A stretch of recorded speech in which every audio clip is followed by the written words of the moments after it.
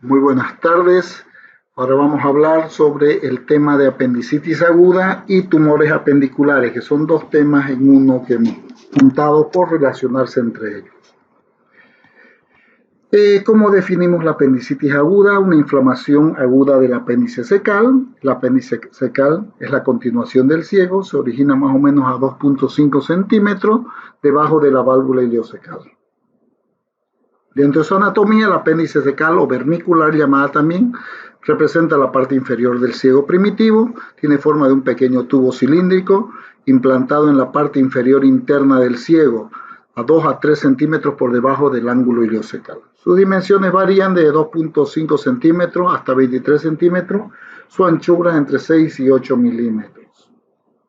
Dentro de la anatomía del apéndice está constituido por 4 túnicas, una serosa que constituye el mesoapéndice, en su borde libre discurre la arteria apendicular, una capa muscular dispone de 2 capas de fibras musculares longitudinales y circulares, una capa submucosa presenta un epitelio cilíndrico y un estroma reticulado, y la capa mucosa, que es la más interna, que tiene la muscular mucosae y glándulas tubulares. Y como podemos ver, la anatomía del apéndice y la irrigación.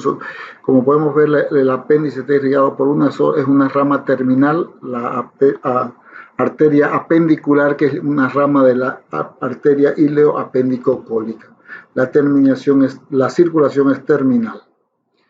Dentro de la incidencia, es una de las enfermedades quirúrgicas más frecuentes. La incidencia es casi paralela al desarrollo linfoide. Esta enfermedad es más frecuente en los varones, ¿ya? Aquí tenemos una imagen del intestino grueso y, bueno, una gráfica del apéndice inflamado.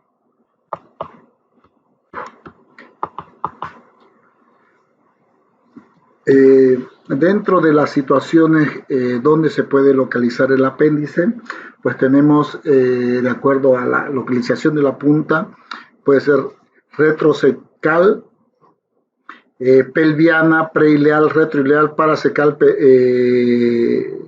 promontórica e ilíaca. Son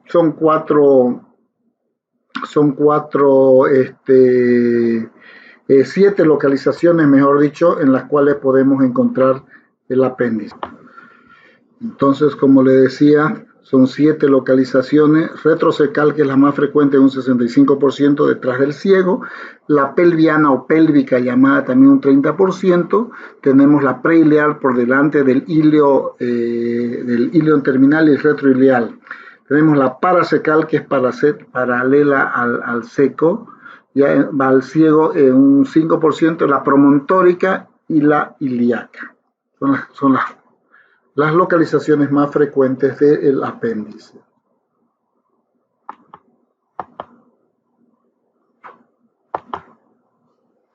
Dentro de su etiopatogenia, podríamos decir que la causa principal son la obstrucción de la luz del apéndice. Al obstruirse la luz del apéndice produce un síndrome de asa cerrada, lo cual hace que proliferen las bacterias en el interior y se produzca la inflamación del apéndice. Dentro de las causas que pueden obstruir la luz del apéndice tenemos las causas luminales, como los fecalitos, cuerpos extraños, parásitos, sobre todo ascaris, o impacto de bario. Cuando se hace un enema de bario podría desencadenar una apendicitis aguda. Dentro de causas parietales, o sea, de la pared del apéndice, tenemos la hiperplasia de folículos linfoides, que en Estados Unidos generalmente representa en niños y en jóvenes un 60% de las causas de apendicitis aguda. Y los tumores de ciego en apéndice puede ser otra causa. Las causas extraparietales, cualquier cosa que pueda comprimir el apéndice. En nuestro medio, la causa más frecuente son los fecalitos. Aquí vemos una imagen laparoscópica donde vemos un apéndice bastante necrosado. Como le dije, hay una cascada de sintomatología que se va desencadenando de acuerdo a lo que se esté presentando en el cuadro. Y es así que tenemos, cuando al producirse la obstrucción, se produce un edema, ¿ya? Lo cual, cuando está edematizada, hablamos de una apéndice catarral, que son los estadios del apéndice. Cuando ya al edema se agrega infección y empieza a aparecer pus, hablamos de una apendicitis flemonosa o empiema apendicular. Después se va a producir la necrosis ya del apéndice, donde hablamos de una apendicitis gangrenosa, y por último viene la perforación o apendicitis perforada. Esta perforación nos va a llevar a complicaciones como el absceso periapendicular, peritonitis difusa, un plastrón apendicular, una piliflebitis, ya más una celulitis y una fascitis necrotizante puede producir, porque puede haber un pasaje a través de las fascias del contenido purulento, ¿ya? Y producir una fascitis necrotizante. Entonces, si hablamos de los estadios del apéndice, tenemos las formas anatomoclínicas: apéndice catarral, que está iniciando, flemonosa, gangrenosa y perforada.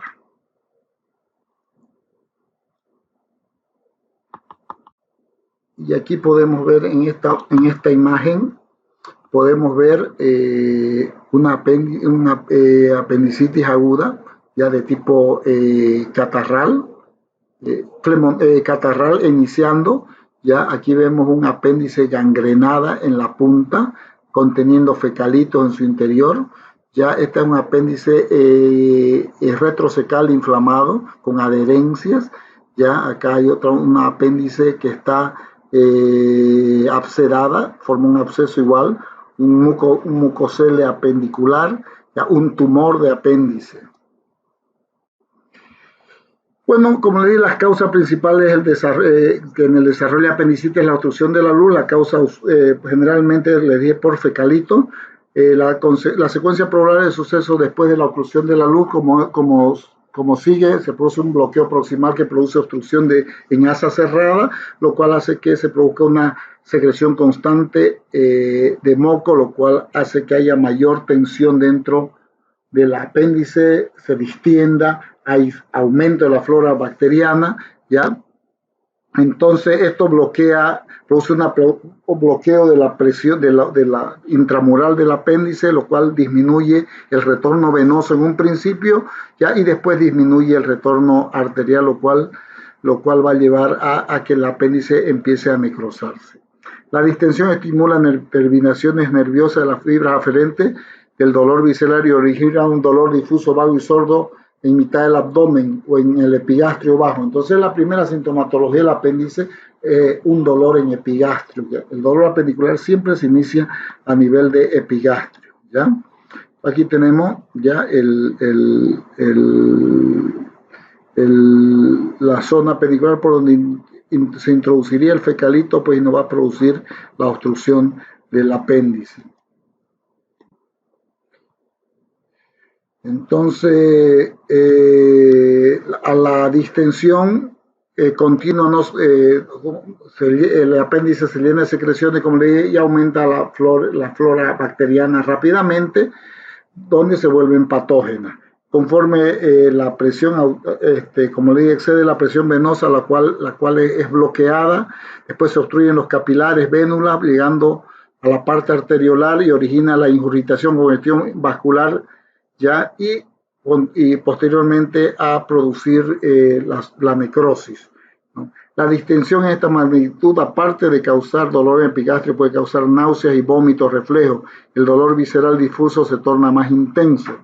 Ya poco después, el proceso inflamatorio afecta a la serosa del apéndice y a su vez el peritoneo parietal de la región que origina el cambio característico del dolor al cuadrante inferior derecho. Entonces, una vez se ha producido esta inflamación, irrita el peritoneo parietal, ya el dolor migra de epigastrio hacia hipocondrio derecho, lo típico llamado la cronología de Murphy, que tiene el dolor apendicular, que es un dolor que se inicia en epigastrio, después se localiza en mesogastrio o periumbilical para finalmente localizarse en fosa ilíaca derecha, donde vamos a encontrar un signo de Bloomberg positivo. Entonces la fase del apéndice, aquí hablamos de una apendicitis congestiva o catarral, que es la primera fase, cuyas características son acumulación de secreción mucosa que distienden el lumen. El aumento de la presión intraluminal produce una obstrucción venosa, acúmulo de bacterias y reacción de tejidos linfoides. Se produce un exudado plasmoleucocitario denso que infiltra las capas superficiales. También se va a producir edema y congestión de la serosa. Aquí tenemos una imagen de una apendicitis catarral donde vemos edema apendicular y la vascularización bien marcada, la vascularización. Es una típica apéndice catarral. En la apendicitis flemonosa supurativa hay ulceración o destrucción de la mucosa por enterobacterias, eso internamente, acumulación de exudado mucopurulento en la luz del apéndice en todas sus túnicas, o sea, ya hay un flemón apendicular, o sea, ya hay un absceso en la pared de la ¿ya? La serosa se muestra congestiva, edematosa, de coloración rojiza, con exudado fibrino purulento en su superficie. Esto es importante, la fibrina ya con pus que hay ya en la superficie del apéndice. ¿Ya? Perforación de la pared apendicular, se produce la difusión del contenido hacia la cavidad libre cuando en caso de perforarse. Entonces tenemos un apéndice catarral. Como vieron, la anterior estaba rojita, pero esta ya se nota que está blanquecina, ya tiene, tiene pus entre sus paredes. Este apéndice ya tiene pus, ¿ya? Y entonces nos produce una fibrina en la superficie del apéndice. ¿Ya? Tenemos la fase gangrenosa, ¿ya? El proceso flemonoso muy intenso, producido de congestión y la distensión del órgano, produce anoxia de los tejidos. Al producirse un bloqueo en retorno venoso y un bloqueo arterial, va a producir necrosis de la pared, ¿ya? Además, no nos olvidemos que el apéndice tiene circulación terminal, entonces no tiene otro medio de irrigación al apéndice. Entonces cuando se bloquea la arteria apendicular, ya, y no hay cómo retorne, le llegue sangre por otro lado al apéndice, por lo que lleva a la gangrena del apéndice y por último a la perforación, ¿ya? Hay mayor virulencia de las bacterias, aumento de flora anaeróbica, necrosis total.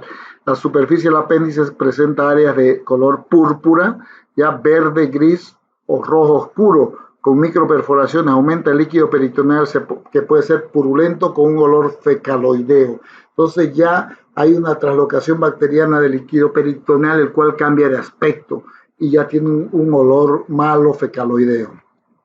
Y vemos aquí un apéndice gangrenada. Esa es la imagen de un apéndice que está gangrenada. Ya puede presentarse más negra inclusive.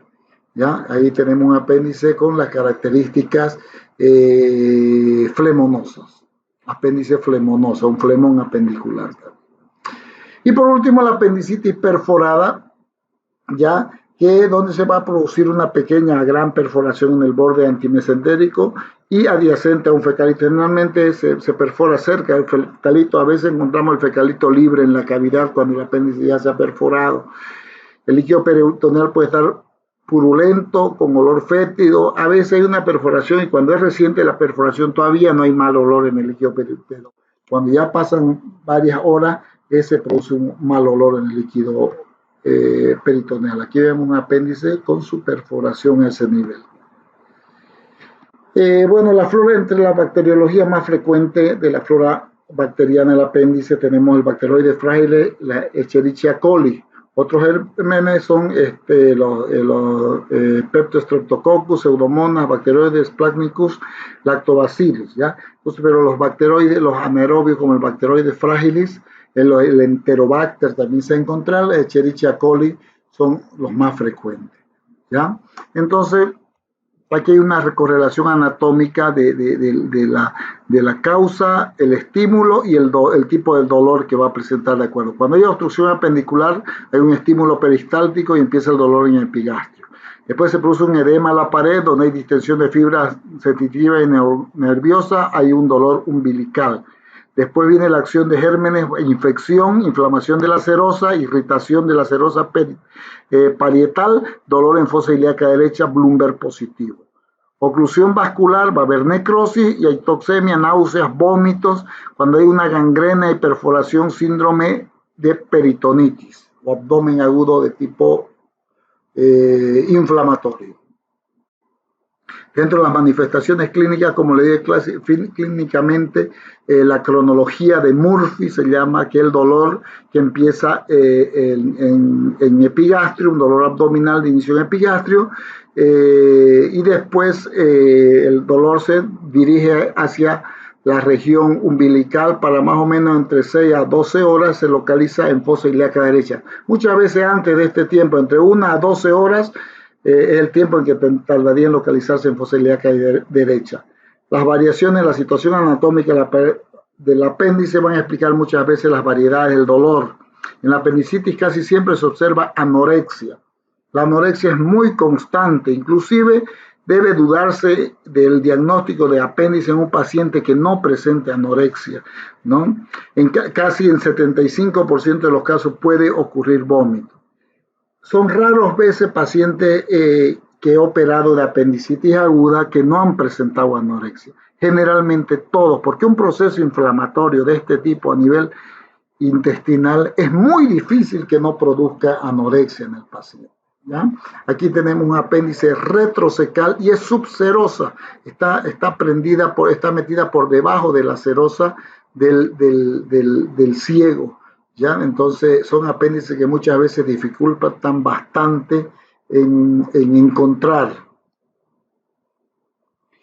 Como le digo, siguiendo la sintomatología, la temperatura rara vez aumenta más de 1 grado centígrado. Es uno de los signos de la disociación de la temperatura axilorectal. Generalmente se toma la temperatura axilar y después la temperatura rectal, y la temperatura rectal va a estar elevada en más de 1 grado centígrado que la axilar. Esto debido al proceso inflamatorio que hay en la zona pélvica, ¿no? Pero como le digo, la temperatura en la apendicitis aguda no es muy elevada, a no ser que ya haya una complicación como una peritonitis grave, una sepsis en el paciente. ¿Ya? Los pacientes con apendicitis suelen preferir estar acostados, supino, con los muslos flexionados, en particular el derecho, y cualquier movimiento puede exacerbar el dolor. Si se les pide que se muevan, lo hacen con lentitud y cautela. Muchas veces el paciente, cuando llega con apendicitis, desde que va llegando a la emergencia, uno lo ve y dice, ese tiene apendicitis, porque una persona joven que viene agachada, medio agarrándose la fosa ilíaca derecha, caminando despacito, no hay dónde perderse. El signo clásico, el dolor máximo en el punto de grito por McBurney, casi siempre hay sensibilidad al rebote directo. Entonces, dolor a la descompresión en fosa ilíaca derecha es el signo de Bloomberg, se llama. Hay el signo de Robson, que es en el cuadrante inferior derecho. Cuando se presiona el cuadrante inferior izquierdo, se presenta dolor en el derecho. Muchas veces el de Robson se hace recorrer ya la mano a través del ángulo del marco colónico, tratando de llevar aire hacia el lado derecho, produciendo dolor en el lado derecho. El signo del psoas indica un foco irritativo en la proximidad de este músculo. Generalmente las apéndices muchas veces retrosecales producen irritación del músculo psoas y producen dolor, el signo del psoas positivo. ¿Ya? Donde el punto de McBurney, trazamos una línea, como vemos aquí, del ombligo hacia la espina ilíaca anterosuperior y dividimos en 3 partes esta línea. La unión entre el tercio medio y el tercio externo, ese punto de unión entre el tercio medio y externo se llama punto de McBurney o punto apendicular también de McBurney. Aquí vemos que el signo del psoas consiste en levantar la pierna recta del paciente, ya tratando de desencadenar dolor al levantar la pierna del paciente. Entonces, normalmente el músculo psoas ayuda a flexionar la pierna. Entonces, si hiperextendemos la pierna, puede producir también dolor. ¿Ya? El signo del obturador interno hace rotar la pierna hacia el lado interno y produce dolor. Laboratorialmente, el paciente con apendicitis aguda sin complicaciones presenta leucocitosis ligera entre 10.000 a 18.000. Que se acompaña de predominio moderado de polimorfo nuclear, o sea, con desviación a la izquierda. Pero si vemos una leucocitosis mayor de 18.000, hay que pensar de que ya hay una complicación por probable plastrón o perforación apendicular. El análisis de orina ayuda a descartar algún problema en las vías urinarias como fuente de infección, o sea, una infección urinaria. Normalmente en un paciente con sospecha de apendicitis aguda no habría que pedirse muchos laboratorios. Un hemograma, un examen de orina más el examen clínico bastaría para darnos cuenta de que se trata de un cuadro de apendicitis aguda. Muchos sugieren alguna ecografía, ¿ya? Para de alguna manera establecer algún diagnóstico de apendicitis. Yo no soy amigo del diagnóstico ecográfico de la apendicitis.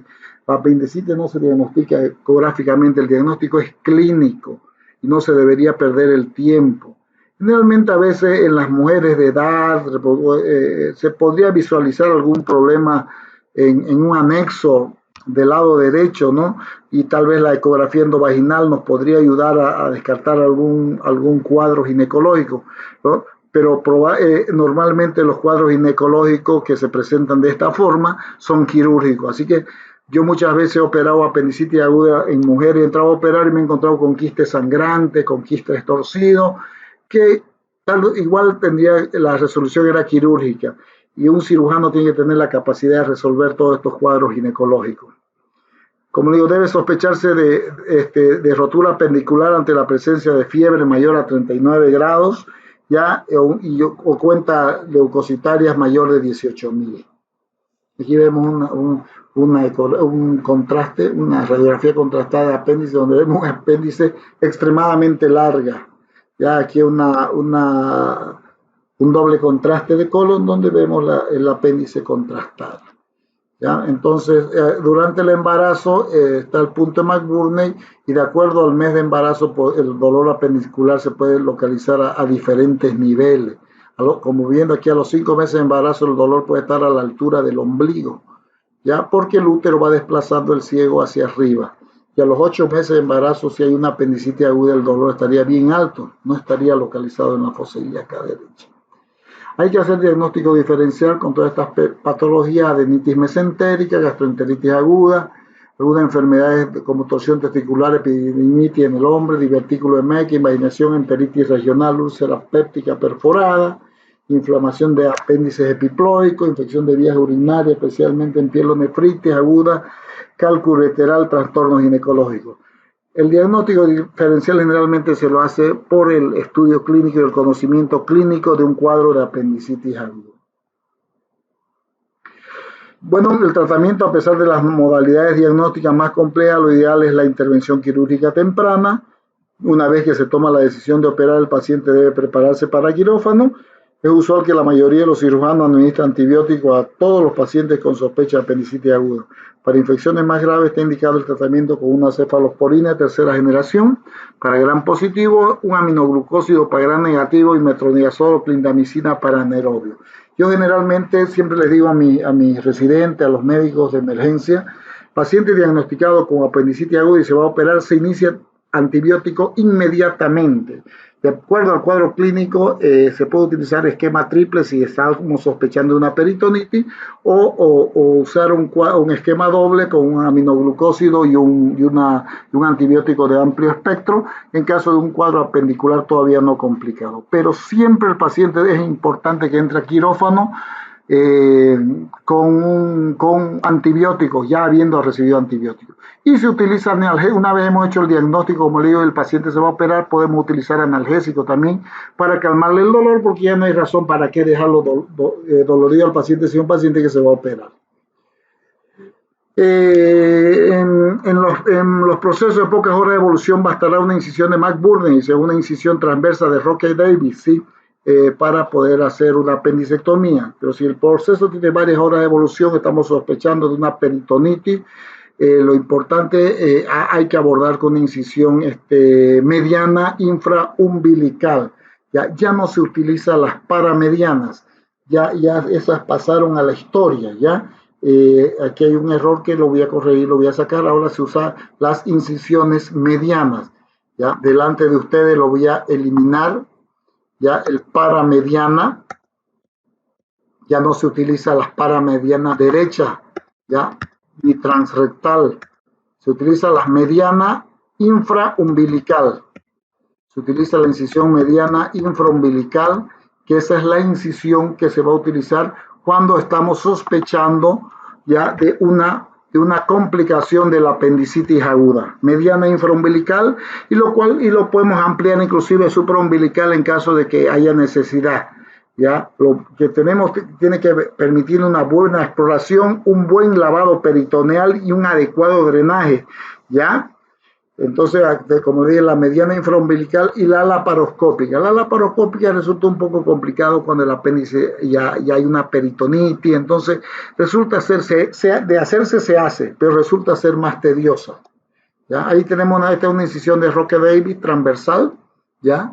A veces se la puede hacer así o se la puede hacer un poquito más abajo. Si ven, aquí está la espina ilíaca anterior superior, se la puede hacer a este nivel también, más bajo. Esta es la incisión de McBurney, ya que es una incisión que pasa en forma transversal a una línea, trazamos una línea del ombligo a la espina ilíaca anterior superior, ubicamos el punto de McBurney y por ahí, por el punto de McBurney, pasa la incisión de McBurney, ¿ya?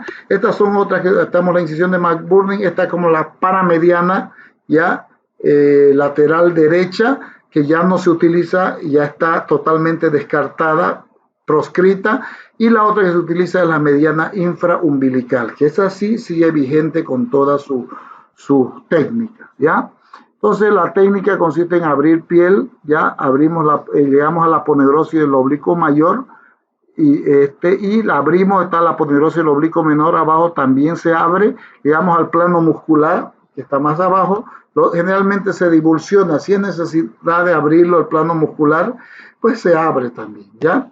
Se tiene que cortar un poco, llegamos al peritoneo, se toma el peritoneo con 2 pinzas, se levanta, se libera y se abre y estamos dentro de la cavidad. Una vez estamos dentro de la cavidad, identificamos el apéndice, una vez lo cogemos el apéndice, tenemos que hacer, aquí en este nivel está la arteria apendicular, lo que se tiene que hacer es la ligadura de la arteria, se liga el mesoapéndice y se corta. Una vez hemos ligado el mesoapéndice, hemos cortado, como ven aquí está ligado el mesoapéndice, se tiene que hacer la ligadura de la base del apéndice, se liga bien, ya se hace una pequeña tripsia con una pinza acá y se deja una pinza aquí arriba y se corta entre la ligadura y la pinza. Aquí vemos, entonces aquí se agarra con una pinza y se corta entre la ligadura y la pinza. Muchos hacen esto, ligan el apéndice por arriba y ligan... o sea, la base del apéndice, y ligan por arriba y cortan en el medio de las 2 ligaduras. Más práctico es como tener así el apéndice, se liga la base, se aprieta con una pinza coger aquí y se corta en el medio, ¿ya? Entonces, ahí como ven, aquí estamos haciendo la ligadura de la base apendicular.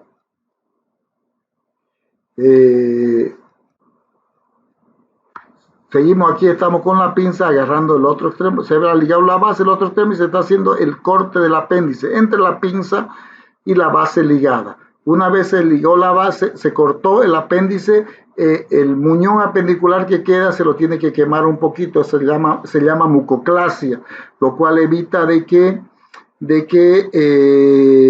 haya secreción de moco de esa mucosa que ha quedado abierta. Aquí vemos una imagen de un muñón apendicular, el cual está libre, ya está libre, probablemente un apéndice gangrenada. Y entonces eso es necesario hacer una ligadura. Ahí ven el muñón, está el meso ligado, ya, y está el muñón. Se tiene que proceder a ligar. Laparoscópicamente se hace el procedimiento también, se necesita un equipo de laparoscopía, se necesita unas 3 pinzas, unos 3 trocar, se coloca uno por el ombligo, se coloca un trocar, se puede colocar un trocar a este nivel, ¿ya? A este nivel, ¿ya? Y el otro a este nivel. Aquí está como si estuviese a lo volcado. Yo no utilizo esta técnica, utilizo un trocar a este nivel para triangular con este otro trocar, ¿ya? El apéndice que se encuentra a este lado, ¿ya?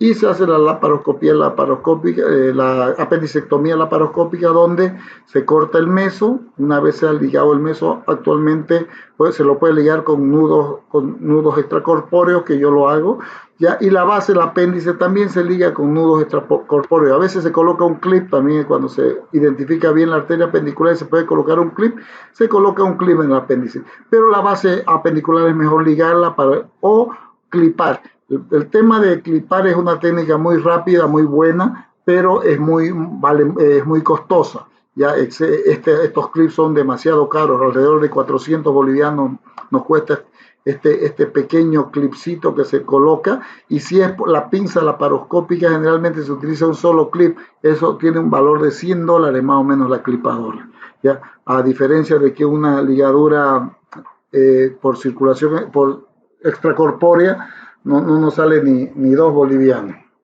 Y en eso consiste la técnica de la apendicectomía. Durante la pandemia se promovió un poco el hacer apendicitis, hacer un tratamiento médico de la apendicitis aguda, lo cual en pacientes que habían pasado varias horas intentaba hacer tratamiento médico, ya sobre todo pacientes positivos, ya con el objetivo de tratar de poder congelar el cuadro. Antiguamente hubo la tendencia a eso, pero el peligro es de hacer una peritonitis en el paciente. ¿Ya? Que el paciente reviente y hay una peritonitis. Entonces es un riesgo tratar de hacer un tratamiento médico de la apendicitis aguda. Muchas gracias.